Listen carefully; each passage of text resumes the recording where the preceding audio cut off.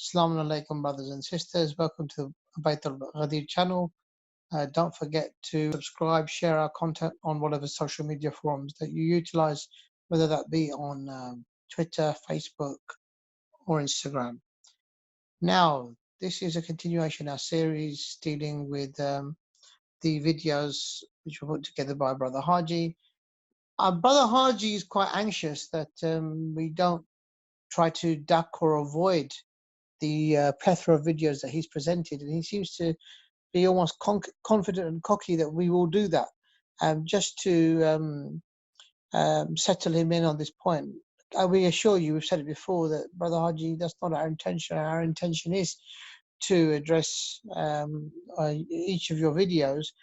Inshallah, we are going methodically, basing it on topic areas, so it's easy for viewers to look at a topic and understand it. Wilayah is a very difficult concept to grasp, so we've gone through it methodically, piece by piece. So your videos dealing with Wilayah, we're dealing with them every week as in our rebuttal series. Inshallah, then when you jump to your other themes, we'll deal with those also in due course. This episode is linked to the previous episodes we dealt with Wilayah. So where we dealt with the topic of the Wilayah in terms of the covenant taken by previous prophets, affirming to the Wilayah of 𝗦𝗨𝗣𝗣𝗢𝗦𝗖𝗢𝗙𝗦𝗍𝗩 and the prophethood of Prophet Muhammad, peace be upon him, and his immaculate family. We then dealt with the topic of Prophet Yunus 𝗪, a particular Shia narration, and the Wilayah taken of 𝗦𝗨𝗣𝗣𝗢𝗦𝗖𝗢𝗙, and he's having doubts over it. So we addressed that issue. We looked at the narrative. And now we move over to the next narration that Haji had umbrage with. This relates to a fallen angel, angel FUTRUS. And basically the issue of Wilayah again came up. They appear in this narration, and the result of angel FUTRUS having doubts over it is a certain punishment. The three narrations in this respect, inshallah ta'ala, we will address that. We'll look at the narration, whether is it authentic or not, and how do we look at it in terms of its method, which is our normal approach. So over to you, Sayyid Ali. Thank you very much, Sayyid Hassan Bukhari. And as you rightly said, this is a continuation on the Wilayah series. We have previously responded to two videos Muhammad Safdar had done regarding some of our earlier rebuttals. Hopefully, inshallah, we will look forward to him replying to some of his dishonesty that he did. Nevertheless, since it's on the theme of Wilayah, as brother Sayyid Hassan Bukhari mentioned at the start, we had already covered the concept of Wilayah, what it entails, what the Sunni ulama have said about Wilayah, the various reports that have reached us about the Wilayah of 𝗦𝗨𝗣𝗣𝗢𝗦𝗖𝗢𝗙 alayhi salam. So in this particular episode, we'll be dealing with angel FUTRUS. So what I'm going to do is I'm going to play the clip of Bro Haji, and then inshallah we will tackle those narrations which he's cited in his video. They degraded angels. No. So it just gets from bad to worse. So let's get to the narration. Right? Al-FUTRUS, or just FUTRUS. So they were talking about FUTRUS, and I translated it. So let me get into the story and tell you what happened to FUTRUS. And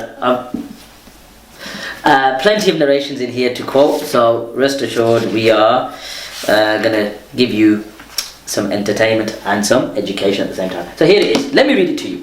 All right. Chain will be put in the description box so you could check it once I'm done with it. Indeed, Allah subhanahu wa ta'ala presented the Wilayah of 𝗦𝗨𝗣𝗣𝗢𝗦𝗖𝗢𝗙, and the angels accepted it. Okay, the angels accepted it. وَأَبَاهَا مَلِكٌ. Okay, so one of the angels refused. One of the angels refused the Wilayah. So, which angel refused the Wilayah? يُقَالَ لَهَا FUTRUS. So basically, one of the angels refused the Wilayah. So you know those individuals I were mentioning, FUTRUS. The angel that refused the Wilayah was FUTRUS. Why is FUTRUS refusing the Wilayah? So you know what happened? It's very, very bad to refuse the Wilayah. So what does Allah subhanahu wa ta'ala do? فَقَصَرَ اللَّهُ جَنَاحِهِ. Then Allah broke his wing. What did one of the mu'ammimin say? He said, this is in many of our sources, so you know what? Let me be the one to give this to you. He heard this man called Ibrahim bin Sha'ib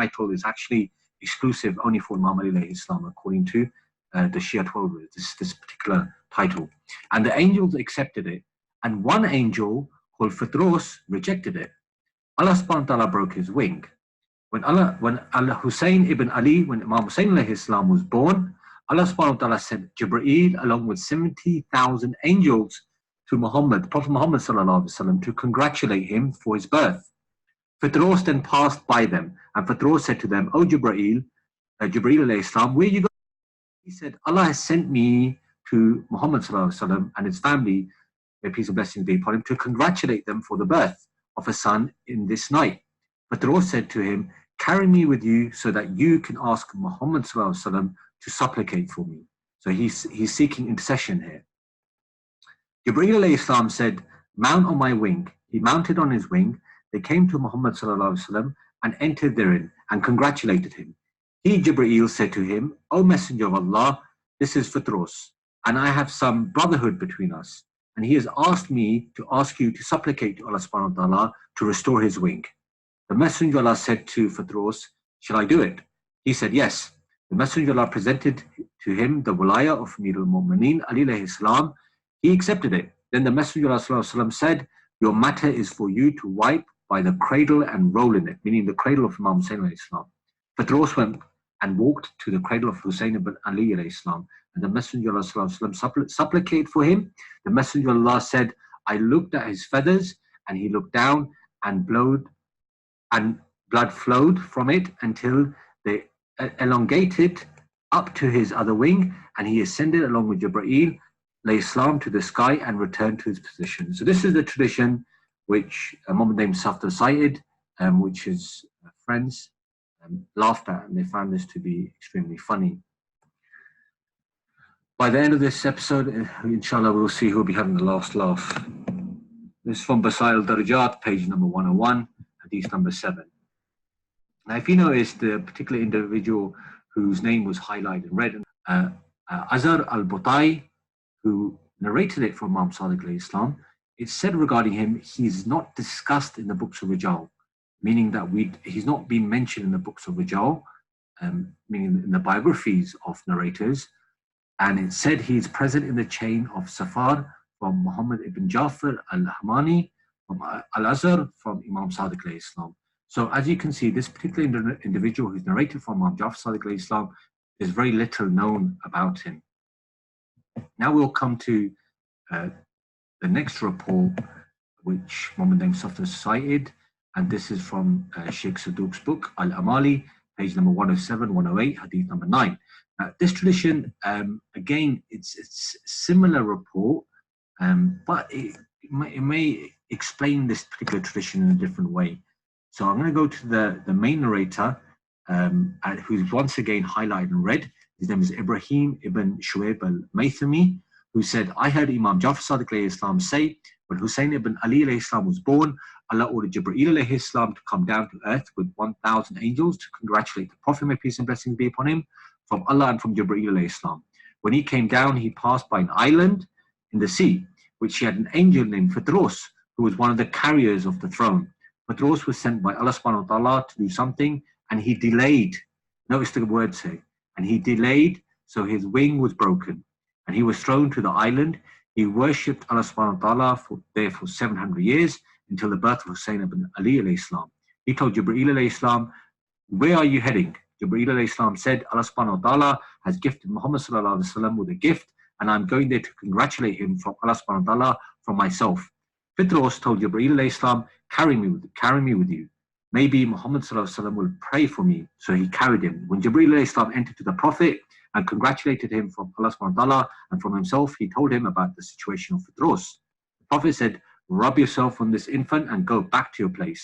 He rubbed himself against the baby and he was able to go back. Then he told the Prophet sallallahu alaihi wasallam, your people will kill him, but I owe it to him. Anytime, sometime, visit him. I will tell him. Anytime someone says salam to him, I will convey that salam. And anytime someone prays on him, I will convey that prayer. And he went back to this place, to his place. This is in the book Al-Amali, as I mentioned earlier. So as you notice, once again, the main narrator in this particular tradition was highlighted in red. Let's have a look at what the scholars of Rajal, the scholars who've written about the biographies of narrators have said about him. Sheikh al-Mufid in his book Al-Mufid min Mujam Rajal Hadith, page number 9, says Ibrahim ibn 𝗦𝗨𝗕𝗦𝗢𝗡𝗦, who is said to be majhul, meaning unknown. So now these are two traditions which Muhammad Safdar cited, and as we can see, both narrators to these particular traditions are unknown people. And last but not least, let's go to the last narrator, or the last account which Muhammad Safdar cited. It's exactly the same report as I mentioned before. I'm not going to go through the whole tradition, but as you can see, the prime narrator Ibrahim ibn 𝗦𝗨𝗕𝗦𝗢𝗡𝗦 has been highlighted in red. He was the same person who Sheikh Mufid has mentioned as being an unknown individual. So these are the three traditions which Muhammad Safdar cited. So the crux is we've got three traditions, two which are identical, and both of those narrations come through an individual in the chain who's majhul. So someone who's unknown. So that's enough to evidence a discrepancy, and there's no grounds for relying upon it. And we have another narration, a slight variation to this one in terms of its wording, and the narrator, not much is known about that specific narrator either. So once you don't have any knowledge about a narrator or his majhul, that's enough for us to ascertain, to conclude safely that the narration is not authentic and can't be relied upon. Now, in terms of the matan itself, there's another way it's been understood is it was delayed. So basically, he recognized the Wilayah of Amir al-Mu'mineen, but delayed it. And when it came to the clip done by the Haji upon, it was the latter position that was cited by the Shia scholar. It was delayed. So just to say that, although whilst his narration is weak, his method can be looked at a certain way, even if we were for argument's sake. And you know the way our approach is, once it's weak, that's the end of the matter. But we just want to try and maybe also look at it from the terms of the matan as well. So that, do you want to add anything else there? No, I think you've kind of wrapped it up. I mean, in terms of the tradition, we have three traditions. Two of them are identical. The same particular individual who's narrated it directly from Imam Sadiq alayhi salam is unknown. We don't know anything about this particular individual.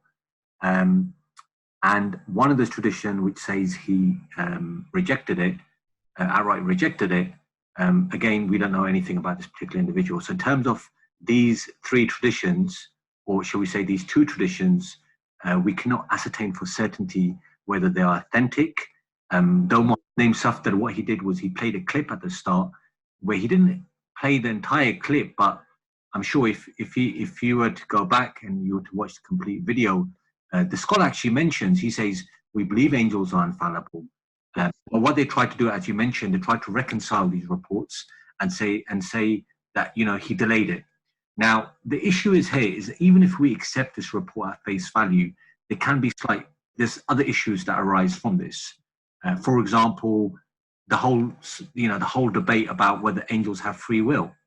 If we accept this report to say angels were made to testify to Wilayah, and they rejected it, then the whole argument about angels not having free will goes out the window. But at the same time, you know, it would be extremely bizarre that On one hand, Allah subhanahu wa ta'ala is making a covenant with his creation, and then you have a particular angel who denies it, or who has issues accepting it. It seems to be slightly problematic. If anything, as I mentioned before, some people accepted this report and they tried to give it an interpretation of some kind. Others outright reject it. They consider this to be a type of Israeliyats.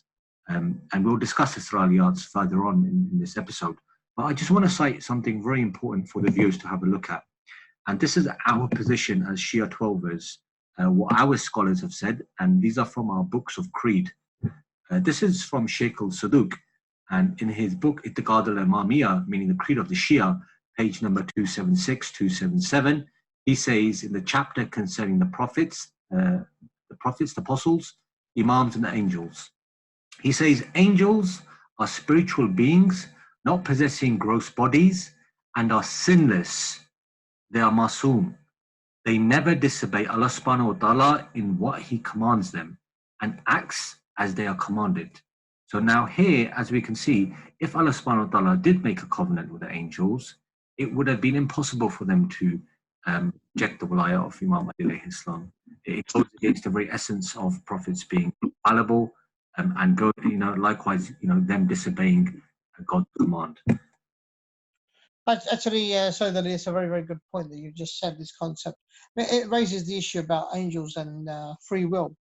Can they think of their own volition, or is their only role that which Allah subhanahu wa ta'ala has tasked them with? That's a theological issue. Certainly our position is that angels are the servants of Allah subhanahu wa ta'ala and there to obey him. So there isn't an issue of free will. So again, when we look at issues from that perspective, we can see from the Shia position that is incorrect. And this whole doctrine of fallen angels is more associated in terms of a direct nexus with Judeo-Christian scriptures, the doctrine of the fallen angel. It really doesn't have any particular correlation with Islamic scriptures. But since Brother Haji was desperate to rile up his acolytes by citing this narration and evidencing that the Shia ghulat and that they blaspheme angels by producing these three narrations to his audience, we are individuals that always bear gifts. That's our approach. So since he produced such a narration, we will inshallah now show you blasphemy of angels from his. So over to you, Sayyid Ali. Thank you very much, Sayyid Hassan Bukhari. First and foremost, what I'm going to do is I'm going to read you very quickly some verses of the Holy Quran as it can be seen on the screen. Surah 661. He, meaning Allah subhanahu wa ta'ala, sends over you guardian angels until when death comes to one of you, our messengers take him, and they do not fail in their duties. Again, Surah 734. And for every nation is a special term. So when their time has come, they will not remain behind an hour, nor will they precede it. Surah 734. Verse 1049.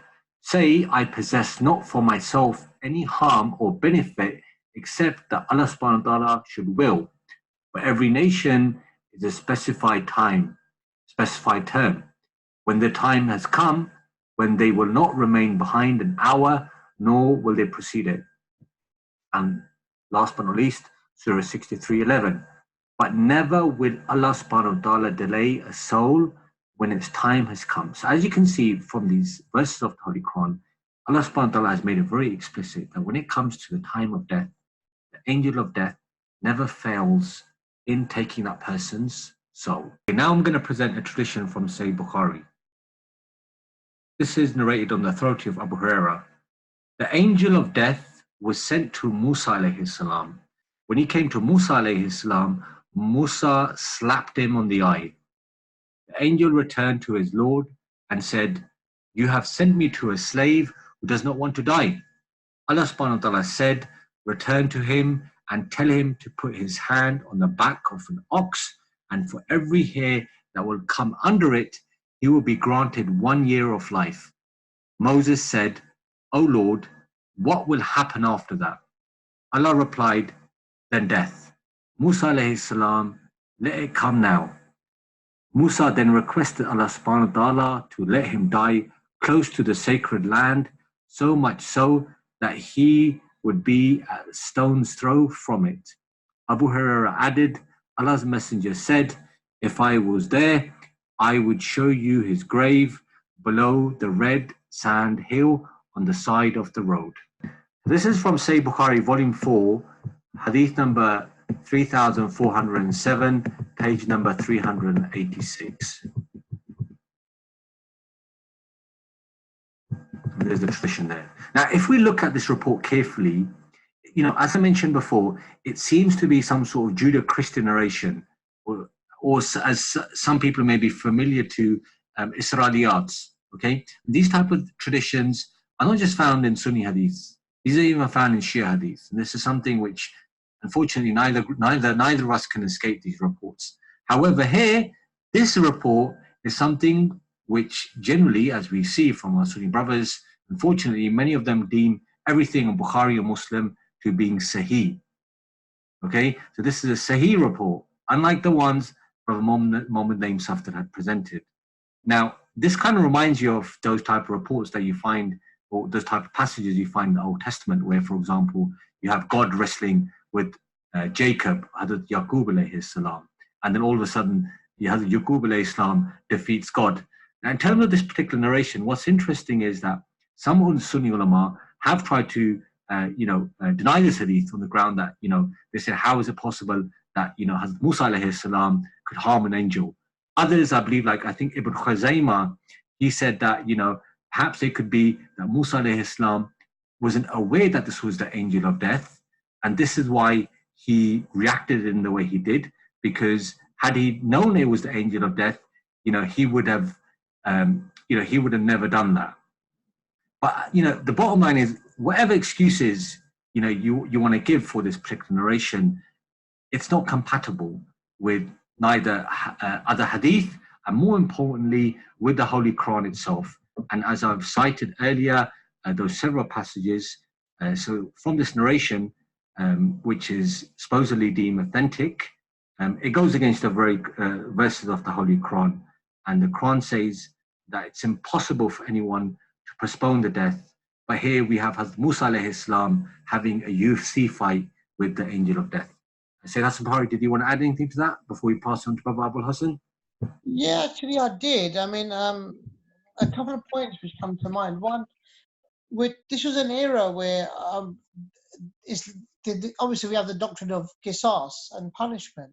And I want to really understand this because we have an angel of death which has been blinded by Hazrat Musa alayhi salatu wasalam. So if we try to understand this, so if we are going to believe this, why was no retribution placed on Hazrat Musa alayhi salam? If we're going to look at it, because at that time, the Jewish traditions also had the concept of retribution for punishment such as this. So why is it that he gets off scot-free? It's not very just. Allah subhanahu wa ta'ala is just. An angel has been punished for no reason whatsoever, has been sanctioned and blinded. Nothing happens, which seems rather odd. If we, even the narration itself doesn't make any sense. That's a question I want to throw up. Actually, I think this is a perfect time to bring in that laugh that they always have in the videos. What do you reckon, Sid? Exactly.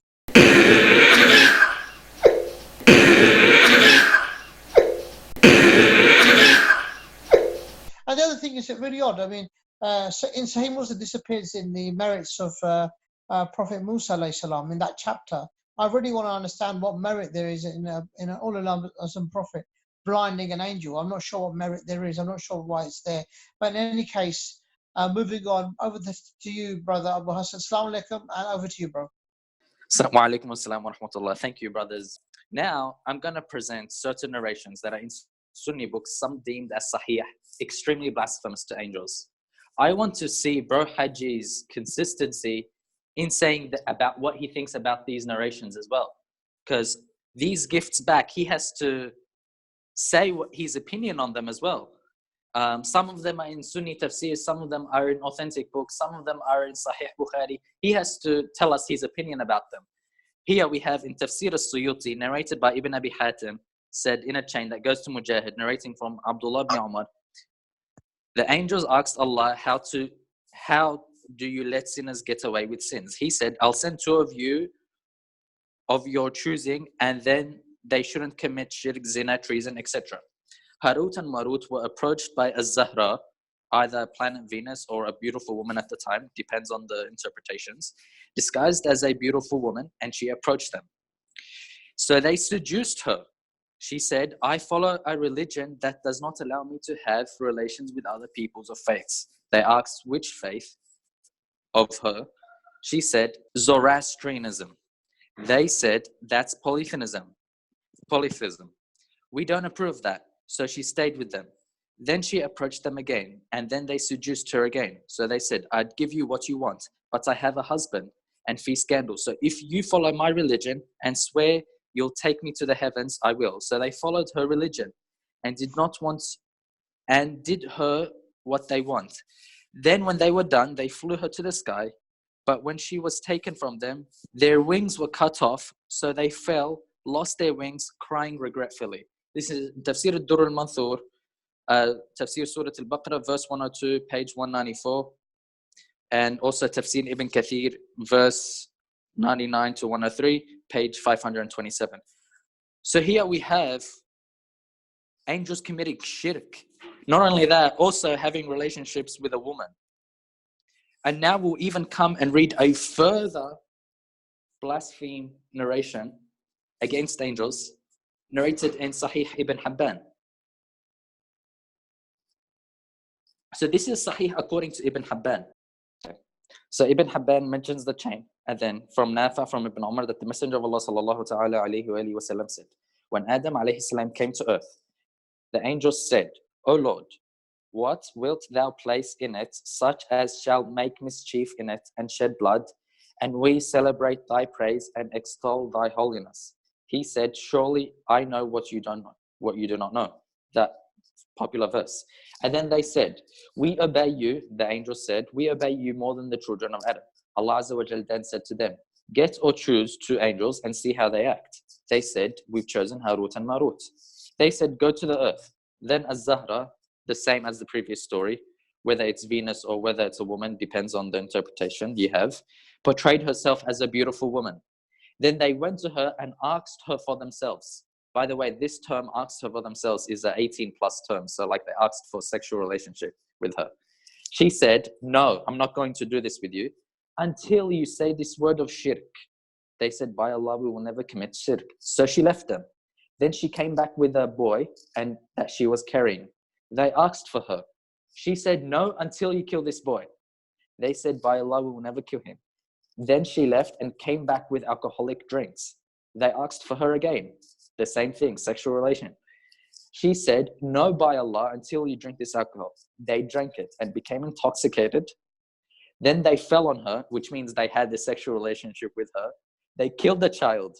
When they woke up, the lady said, you did not leave a single sin except that you did when you were intoxicated. So choose between the punishment of this world or the punishment of the next life. So they chose the punishment of this world. We are going to be honest and say, look here, 𝗧𝗨𝗥𝗡𝗦 said its chain is weak, but that's fine. Ibn Hibban put it in his Sahih compilation. So for Ibn Hibban, this is Sahih. You want to disagree and say, I follow 𝗧𝗨𝗥𝗡𝗦, that's fine for a Hajji. But Ibn Hibban put it in his Sahih compilation. So what do you have to say now? Tell us your opinion. Is this blasphemy? Why did the Sunni ulama put this in their books? This is more than blasphemy. Angels having sex and killing babies and getting intoxicated. What do you think about that? Brother Haji, I understand that the Shia could have one or two reports, or even a few reports in their books that could be considered blasphemy. But here we are up to the game and we are able to say that this narration is weak. I want you to go up to the same level and say that these narrations are weak and pull them up. And I want you to have the guts to say that these narrations are da'if and weak, including the ones in Bukhari that blaspheme the Prophet, blaspheme that Prophet Musa, blaspheme the Prophet Muhammad sallallahu alaihi wasallam, as we've mentioned in the previous shows, about his parents, about himself, about magic being done to him, about him having no shame. What do you think about these narrations? Come out, tell us what you think about them. Because you're talking about Shia narrations being blasphemed. Look at your own books and be consistent in what you're actually saying. Thank you, Brother Abu Hassan, for your contribution. Valuable as always. Since Brother Haji comes from the Deobandi heritage, it would be remiss of us not to produce a Deobandi text as well for him and his buddies, the dynamic duo. So here it is, since they take great enjoyment out of quoting Shia narrations on a supposed respect to prophets. Here's one from 𝗦𝗨𝗧𝗏𝗧 by their revered Sheikh Ashraf Ali Thanvi Sahab. He writes, Maulana Rafiuddin says, whenever I used to visit Maulana 𝗦𝗨𝗣𝗣𝗢𝗥𝗡𝗦, he would never be without wuzu. I have seen his rank higher than that of a human. He was an angel who was very close to Allah, who was made apparent amongst human beings. So here we have it. You're one of your own Deobandi elders. You're very fond of making insulting remarks about Shia scholars. Here's one of yours, whose rank is, he's not even a human. He is, in fact, sorry, Sayyid 𝗧𝗨𝗥𝗡𝗦, I don't want to interrupt you, but there's a couple of interesting points here. You notice that he mentions about doing wuzu. He goes, I never used to go see Qasim 𝗦𝗨𝗣𝗣𝗢𝗏 without doing wuzu. And these are the same people who actually say, oh, well, you shouldn't do wuzu when you go and visit certain shrines or graves and stuff. But they go to great... Not just that, Sayyid. Imagine if that was a Sufi or a Shia that said that. What were they going to say about that? They would be like extreme ghulu. But let's see him say about his own Deobandi scholars. Yeah, he went to meet such a pious person. He did ablution, he did wudu. And then on top of that, if you notice something, say Hassan Bukhari, he said that he was better than a human. He was an angel. Absolutely. Since when have angels have been better than humans? Exactly. Humans are better than angels. This is a question I'd like to ask Brother Muhammad Safdar. Do you consider angels better than humans? Absolutely. And why have you got your sheikh saying that he considered him better than humans? He was an angel. And look at this level of sorry. Yeah, it's a level of ghulu that you elevate your scholars to such a level that you make them into angels. And by the way, angels are infallible as well. They're masoom. Absolutely. So Qasim 𝗦𝗦𝗡𝗦 must be infallible. Yeah. So don't forget, from 𝗦𝗨𝗧𝗏𝗧, page 19, story number 241. And if there's anything else, I'm not sure if anything else to add, or should I come to the conclusion, brothers? No, I think we can wrap up today's show. I think we can wrap it up. I'd just like to say, what would Brother Hajji have said if this was a Sufi or a Shia that said this? Does he have the same guts to come and say that this is ghulu? Absolutely. Jazakallah, brothers, for your contributions, valuable as always. We've tried to keep this show succinct. Brother Haji presented a narration as part of his efforts to evidence that Shias do blasphemy in regards to the way they have a narrative about angels. We've evidenced the fact that the narrations are weak, and we've gifted him the fact that far worse in terms of blasphemy of prophets, blasphemy of angels, is present in his own works, in particular those with Sahih narrations. So we hope that he digests the gifts that we've given him. We hope that he thinks about it. And inshallah ta'ala, there's not really much more to say. We hope that you enjoyed the show. All of you, keep us in your du'as as we shall remember you. Assalamu alaikum.